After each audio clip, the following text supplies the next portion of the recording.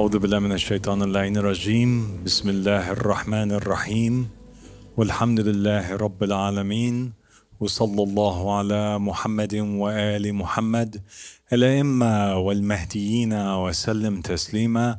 السلام عليكم ورحمة الله وبركاته.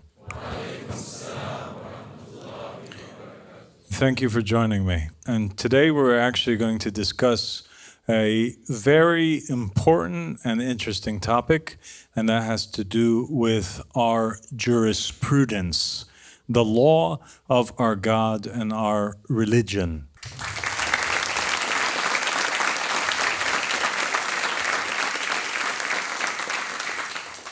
Now, this topic is a very important topic, especially when it comes to the topic of Imam al-Mahdi alayhi salam. And the reason is because we have narrations from the Ahlul Bayt alayhi salam that state that the whole purpose why the Mahdi comes is because the earth has become dark. It's been filled with tyranny. It's been filled with injustice. It's been filled with chaos. And it is the job of the Mahdi to restore it, to fill it with light, to fill it with justice. And one of the reasons that the narrations make it clear why it's been filled with injustice is because of the rule of laws that did not come from God. And so the Mahdi, part of his mission is to restore the law of God, to implement the practice of the jurisprudence of God on the earth. Okay? So while many prophets brought new covenants and systems of jurisprudence, and we've spoken about this before, how each one of the Ulil Azm prophets, if you notice in the Torah and also in the Quran, each time one of them is sent, they bring a new law or a new set of laws. So many prophets brought new covenants and systems of jurisprudence, but the Qa'im, or the Mahdi, seeks to do what no prophet has done before. And that is that he will affirm and actually unite all of the religions. That's his mission, as we'll see here in the narrations. He'll unite the religions, he'll unite the covenantal practices and the legal systems, making them into one. And you're going to see here from the narrations how that differs vastly, actually, from the Sunni and the Shia Muslim readings of the same narrations. They actually understand it to mean that when the Mahdi comes, he wipes out all of the other religions, all of the other practices, all of the other jurisprudences, and he affirms only the Islamic Sharia. We're saying no, that actually it's a little bit different. He comes and he removes the falsehood from the earth, but he affirms all that came from God.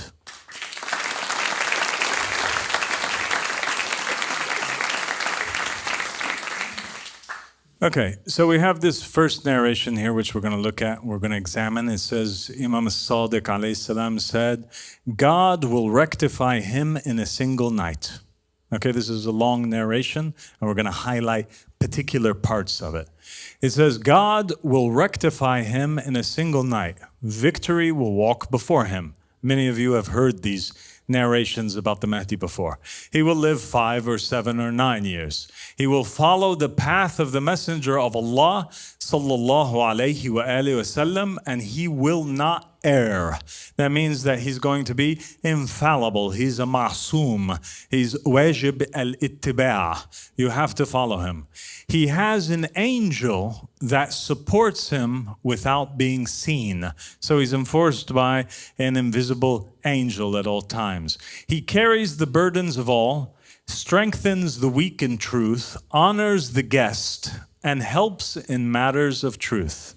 He acts according to what he says what he knows, and knows what he witnesses.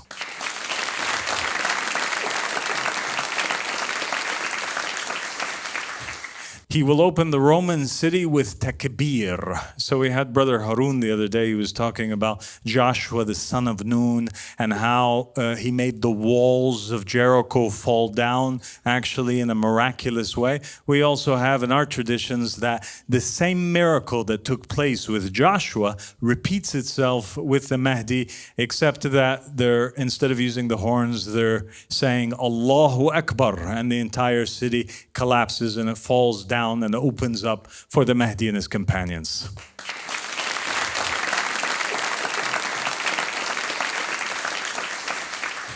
Now here's something interesting to note in the narration. It says here he's going to do it, but he's going to do it with 70,000 Muslims whom are from the descendants of Ishaq, Isaac.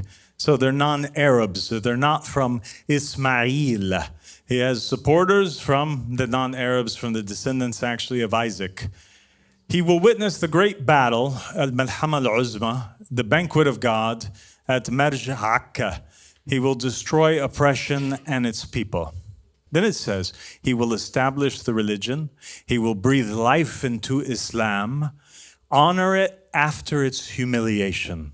So people had been against Islam for a very long time. They gave it a bad name, a bad reputation. He's reviving it. And he will revive it after its death. He will abolish the jizya.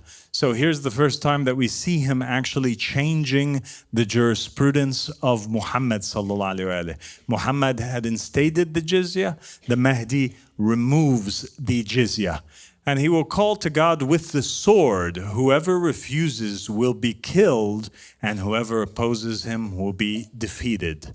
Now, it's these types of sentences here that the Muslims, when they read it, they say, okay, he's going to come in a violent way. He's going to eliminate all of the Jews, all of the Christians, all of the non-believers, and nobody is going to remain except for the Muslims and Islam.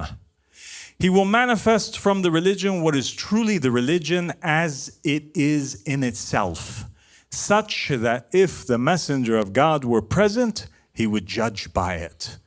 So actually, he's going to bring out of religion new things that if Rasulullah was there, he would have affirmed these actions.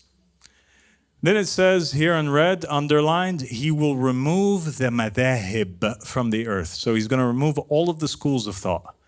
Every other school of thought, every other sect, he removes from the face of the earth so that nothing remains except for the pure religion. His enemies will be the blind followers of the scholars, the people of ijtihad, because they see him ruling contrary to what their imams held. How is he ruling? So they will enter under his rule unwillingly, out of fear of his sword. The common Muslims will rejoice in him more than the elite. So the scholars and the people like that, they're going to be against him, but the common Muslims are going to love him. And he said, were it not that the sword was in his hand, the jurists would issue a fatwa declaring him to be killed. And he said, they will believe that when he judges against their madhab, he is upon misguidance. Why are they against him? This is where it's revealed. Why are the scholars of Islam against him? Imam as-Sadiq alayhi salam, 1200 years ago, he says, because they think that ijtihad has ended in their time. Nobody else can be a mujtahid except for our scholars. And that no mujtahid remains in the world, and that God will not bring after their imams anyone with the rank of ijtihad. As for the one who claims divine teaching, direct knowledge from God, regarding the jurisprudence, legal rulings, they consider him insane, corrupt in imagination, and they pay no attention to him. So basically the hadith is saying, Imam as-Sadiq is saying that in the time of the Mahdi, the people will have considered that anybody coming in the name of God, bringing forth something new is automatically crazy. They no longer believe in something new coming. They no longer believe in divine revelation.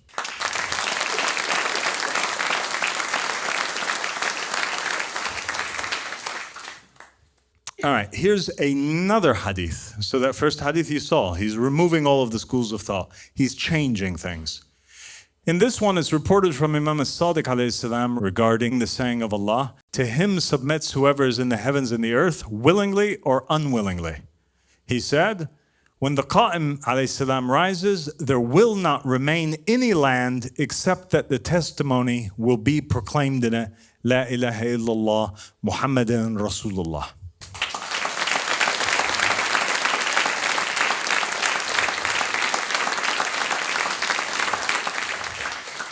Okay, so here's another narration which is indicating the same thing. He's removing all of religion, he's implementing a Sharia.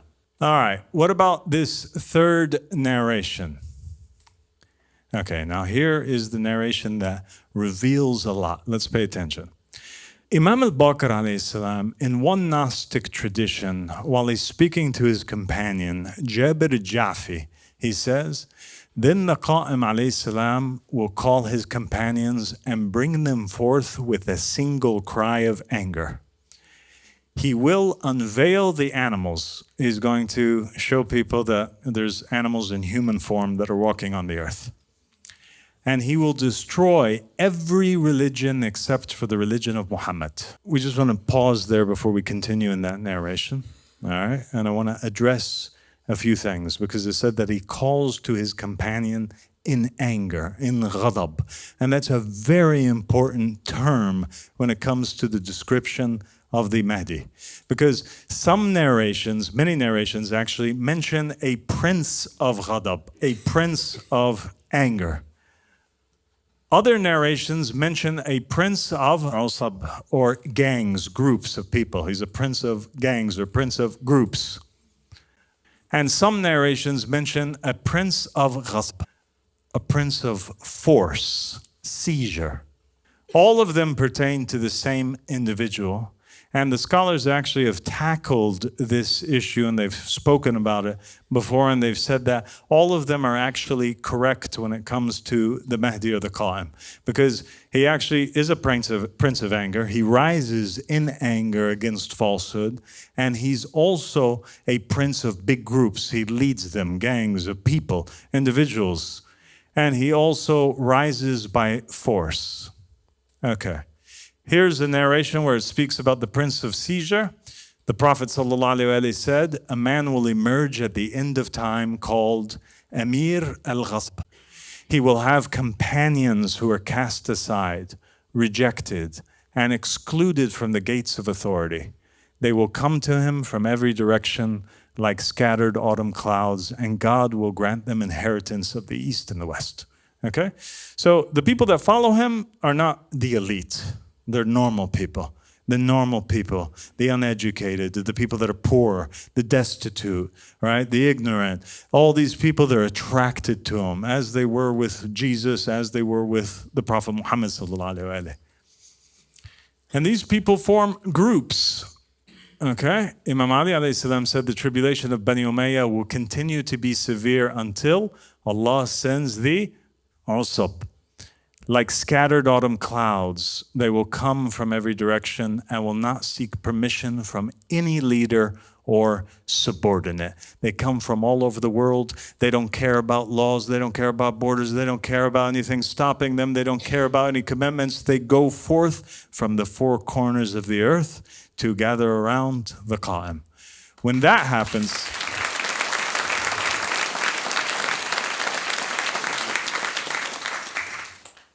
happens, Allah will remove the kingdom of Bani Umayyah.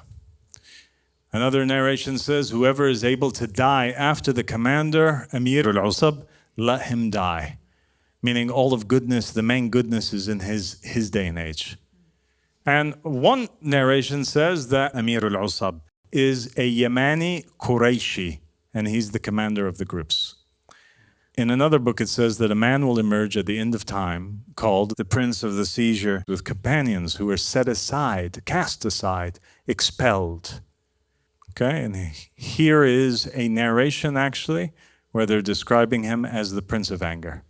The Prophet Muhammad ﷺ said, a man will emerge at the end of time called Amir al-Ghadab. His companions will be humiliated, belittled, oppressed, excluded from the doors of rulers and the gatherings of kings. They will come to him from every direction like scattered autumn clouds. God will grant them the inheritance of the east and west of the earth.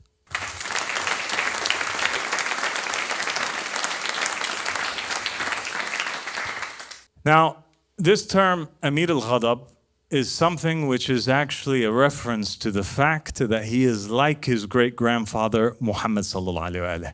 Because the Prophet Muhammad sallallahu alaihi wasallam was the most extreme in mercy, and yet it was known about him that he would become extremely angry, so much so that it was a defining feature of him that the veins in his eyes became so red that people would know by looking at him, by the redness in his eyes, that he was angry.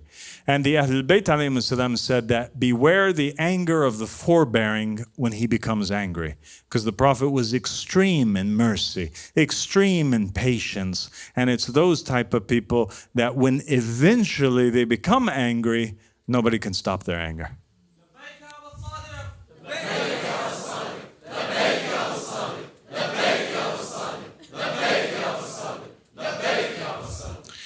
Many scholars, Sunni and Shia, have said about the Mahdi that there comes a time where he's actually harsh, he's very forceful. His sign is that he's the most ascetic amongst you. His attribute is that he is the most merciful amongst you. See? He's the most merciful, but also the most extreme when it comes to anger.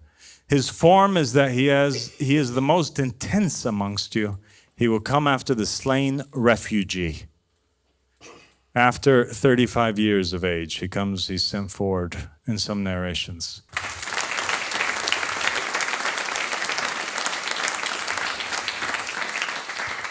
All right, some narrations also say that in his face is a beautiful mark. His appearance resembles Al-Hasan, but his inner self resembles Al-Hussein. Why? Because it was known that Al-Hussein was quick to anger, like his father Imam Ali, while Al-Hasan was forbearing like the Prophet sallallahu alaihi wasallam. And in Arabic poetry, it says about the Mahdi, his sight is like a spark, quick to anger, yet he softens to the poor like a child at play.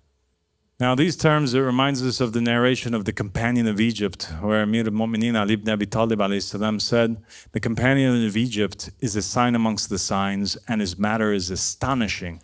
He has clear indications. His heart is Hassan, his head is Muhammad, and he changes the name of the grandfather. When he emerges, then know that the Mahdi is about to knock at your doors. So this narration is basically saying that the Mahdi, the Qa'im, the companion of the matter, he has two sides to him. One is the patient side, and in his patience, you are seeing Imam al-Hasan alayhi salam. But then when he gets angry, in his anger and in his rise, it is all Imam al-Hussein alayhi salam.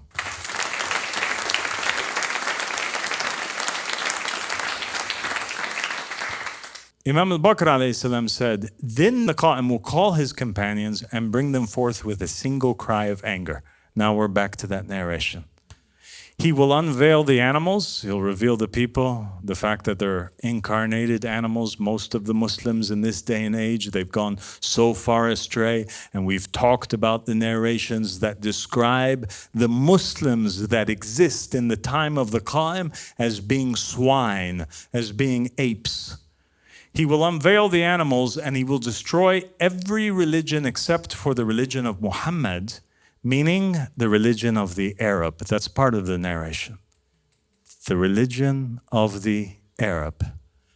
But we have here another narration which I'm going to go over here so that you understand what is meant by the term Arab. Abu Abdullah Imam al-Sadiq said, we are Quraysh, and our Shia are the Arabs, and our enemy is the non-Arabs. Okay? So it's narrations like this, read alone out of context, that extremists have used, all right, to build a particular case that Arabs are better than non-Arabs, or a case that non-believers should be wiped off of the earth. But in another narration, the Ajam are said to be a reference to the Masukh, or the animals. And in this narration, Muhammad ibn Ali, all right, Muhammad al-Bakr, the son of Ali Zayn al-Abidin alayhi salam, said, we are the Arabs and our Shia are from us, and the rest of the people are hamaj. The narrator said, what is al-hamaj? What is this al-hamaj? He said, flies. I said, and what is al-habaj? He said, bugs, like lice and bed bugs. When the Ahlul Bayt alayhim salam use the terms Arab and Ajam, it's clear that they're not speaking of ethnicity or race, but rather Arab refers to the people of truth, those who have submitted to God and His chosen guides, regardless of their ethnic origin. Ajam refers to those who remain outside this truth, whether they are ethnically Arab or not. Okay? So the words are used as code words, just like Gentiles and Jews is used, right? The same thing is taking place here, using the word Arab, but when the Ahlul Bayt alayhim salam are describing somebody as Arabi or Hashimi, they're describing the Ahlul Bayt and the Shia of the Ahlul Bayt, and they're describing the Nasibis as the Ajam.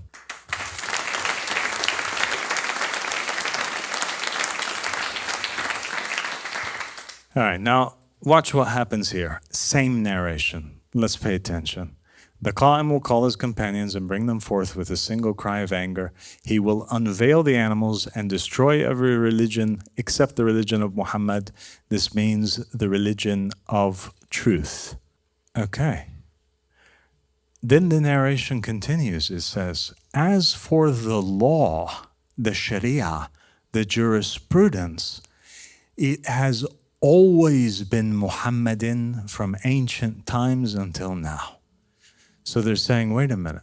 The Muhammadan Sharia, the infallible Imam is saying that when we say the Sharia, when we say the Muhammadan Sharia, the Muhammadan law, we're talking about an ancient law, something which predates actually Muhammad. And not something that the people understand today means the actually law that the Prophet Muhammad brought in the Quran. We're talking about something else. Then it says that he will call the people, as God said. The day the caller calls to a strange thing. Okay, so this is a verse in the Quran. Sometimes it's translated as the day the caller calls to a strange thing. Sometimes it's the day the caller calls to a despicable thing, something which the people don't like, something which is bad. I said, Jabir says, what does the caller call? He said he calls to the four religions. Then God will appear to creation through his persons, forms, veils, gates, and lights. Then he will call the people to recognition of himself after he unveils to them the one who holds the revolving sphere. So now he's calling towards four religions, actually. And these four religions are all the Muhammadan religion, or the Muhammadan truth, or the Muhammadan jurisprudence. What is going on here? Then he will say to them, this is your day which you were promised.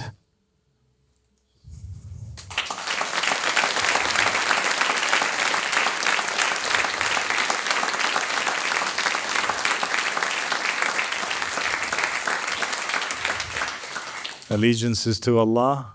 There has come to you that which you were promised. All right, you want to hear the rest of the narration? Yes. All right, Sallu ala Muhammadin wa ali Muhammad. Allahumma salli ala Muhammad wa ali Muhammad. Alayhima wal Mahdiyin wa sallam taslima. Okay, so then Jabir said, then I saw our master riding a gray donkey. He was wearing a cloak of hair, a wool garment, and around his waist a Kashmiri cloth, and he had a honey-colored belt with a green hue. When the Magians saw him in the Kashmiri garment, they prostrated to him and glorified him and said, this is our God. So something really interesting is happening here. Here, a Magian or a Magi is a follower of the Zaradishti faith, a follower of Zoroaster. Okay, he's a Zoroastrian. The Zoroastrians, they're waiting for a savior. In this narration, Jabir is saying that he has this unveiling, this kashf. Imam al-Baqir shows him this vision in which he sees the Mahdi dressed as a Zoroastrian, as they expect him to be, and he's coming on a donkey. And when they see him, they fall down in prostration and they say, this is the one that we were waiting for. Then the narration says, when the Jews saw him wearing the wool garment, they acknowledged him and they said, this is Yahweh, our God. Then it says, when the Christians saw him with the honey-colored belt, they acknowledged him and said, this is the Messiah. And then the narration says, when the Muslims saw him with the mantle and the staff, they said, this is Muhammad the Qa'im.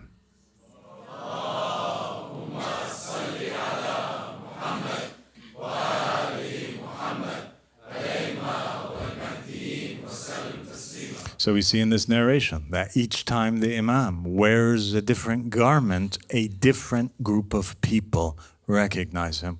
And he saw 4 groups of people, Zoroastrians, Jews, Christians, and Muslims, all recognizing him right after he mentioned the call to something which is abhorred, the call towards 4 religions.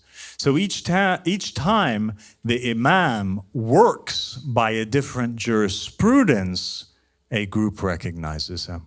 This is what he's wearing. He's wearing the works of that jurisprudence, the implementation of that Sharia. And that's why the Qa'im or the Mahdi, we have him in narrations with much proof actually doing precisely that. In one narration, the Prophet Muhammad ﷺ said, he is a man from my offspring, as though he were one of the men of the children of Israel. So the people are going to see him and they're going to think actually that he's an Israeli.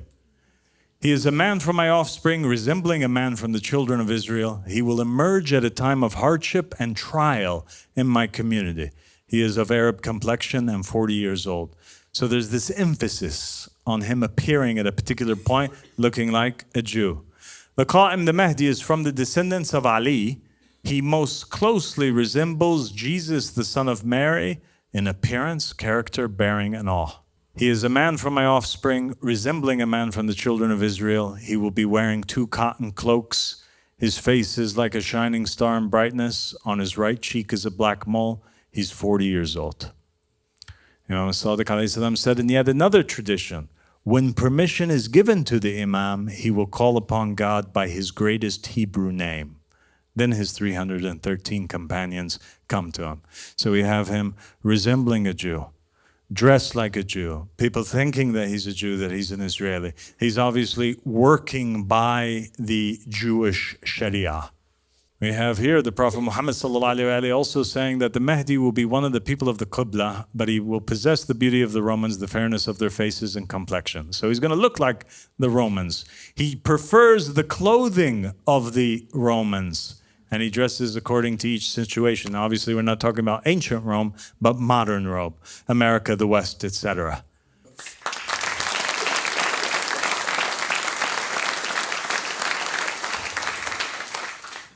Then the narration continues and it says, then a caller will call. O people, respond to the caller of God when he calls you. I said, my master, who is this caller? Who's the person that's calling the people to respond to the caller, that's calling the people to something which is hated? He said, the caller calls by himself to himself. And he is the one, the Qa'im, standing over every soul for what it has earned. So it's a way of recognizing him. He's the one that's actually on the front lines doing da'wah, informing the people about his own self. Then the narration says, when God unveils the truth and the gates of the inner reality open and the realities of faith in him are known and they reason towards God and the outward understanding settles among them that he is God, the one like whom there is nothing, the all-hearing, the all-knowing. All right, Adam's jurisprudence. What do we have here? We have prostrating, when we talk about the different jurisprudences that were brought down.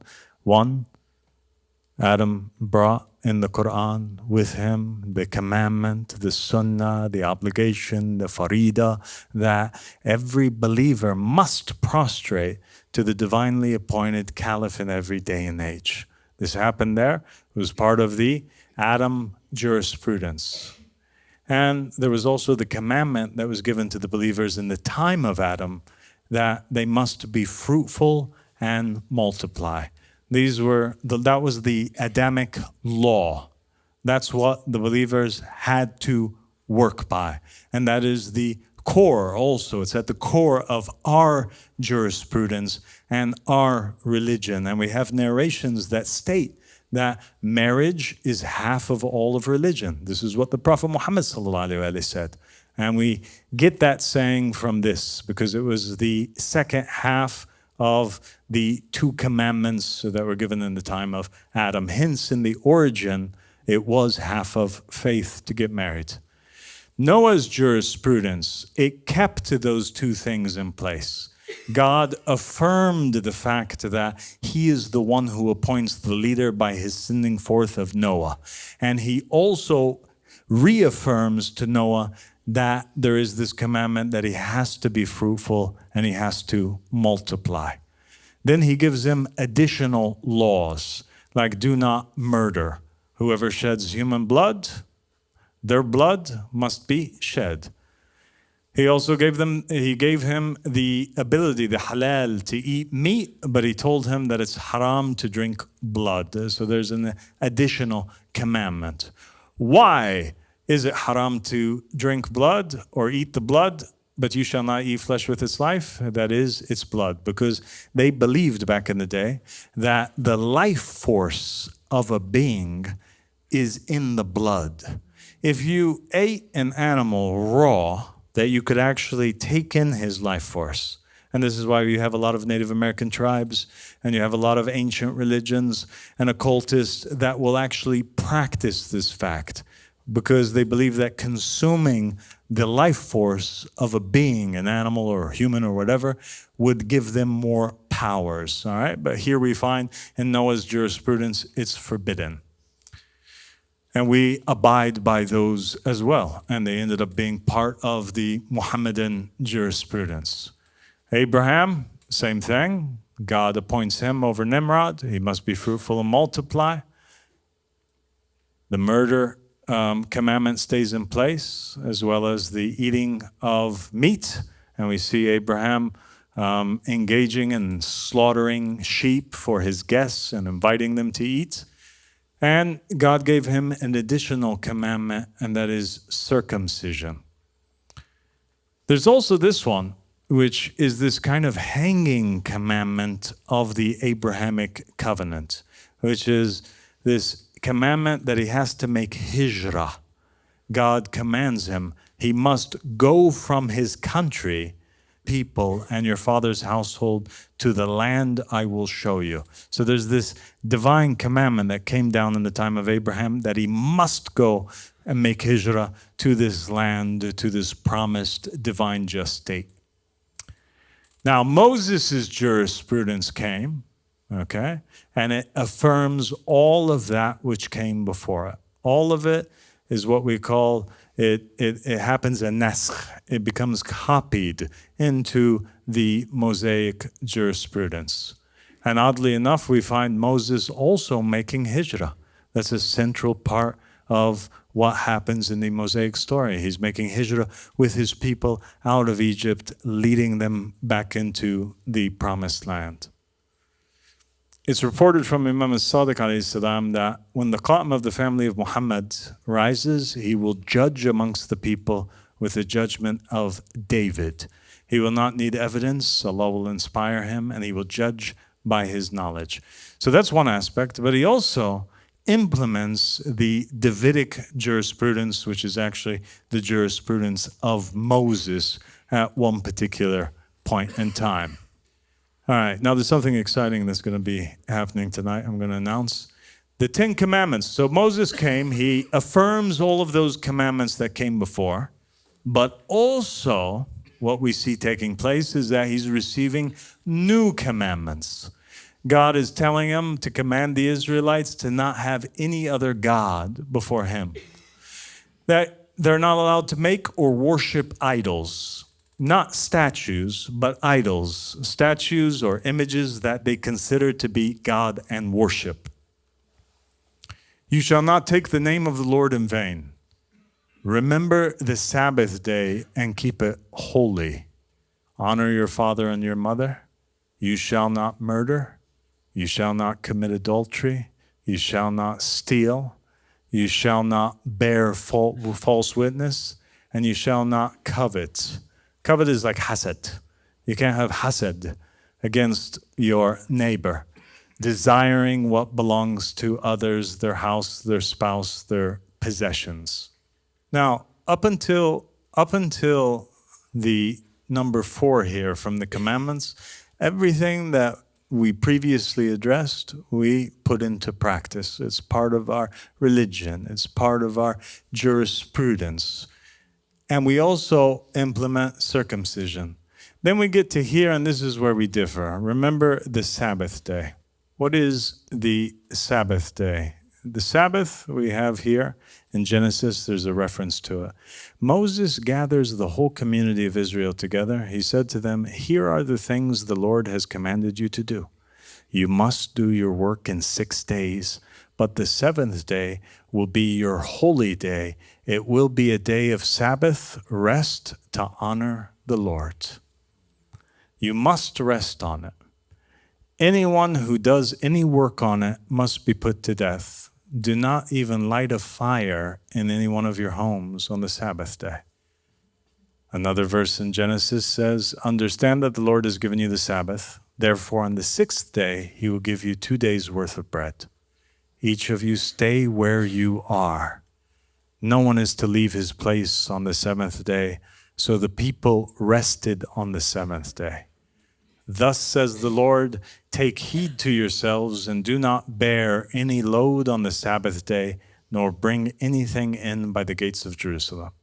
You shall not carry a load out of your houses on the Sabbath day, nor do any work, but keep the Sabbath day holy as I commanded your fathers." So now there's this very heavy commandment that 1 day out of the week, the people must not do anything. They can't go out and work. They can't gather wood. They can't set a fire. They can't pretty much do anything at all except for rest and be amongst their family members. So what does the Qa'im actually do? He establishes a one universal religion. He removes all of the madhahib. He judges by divine knowledge. He's recognized differently by each religion. Each religion sees him in a different way, but they all accept him and his practices. And he unites all of the previous covenants. And the Qa'im reveals the original unified religion behind all covenants. And so the announcement that we're going to make tonight, actually, is that very soon, not this Saturday, but probably starting from the next Saturday after that, the Ansar of Imam al-Mahdi alayhi salam, you, my companions, we will begin implementing as part of our religion the practice of the observation of the Sabbath, and we're going to do it even better than the Jews do.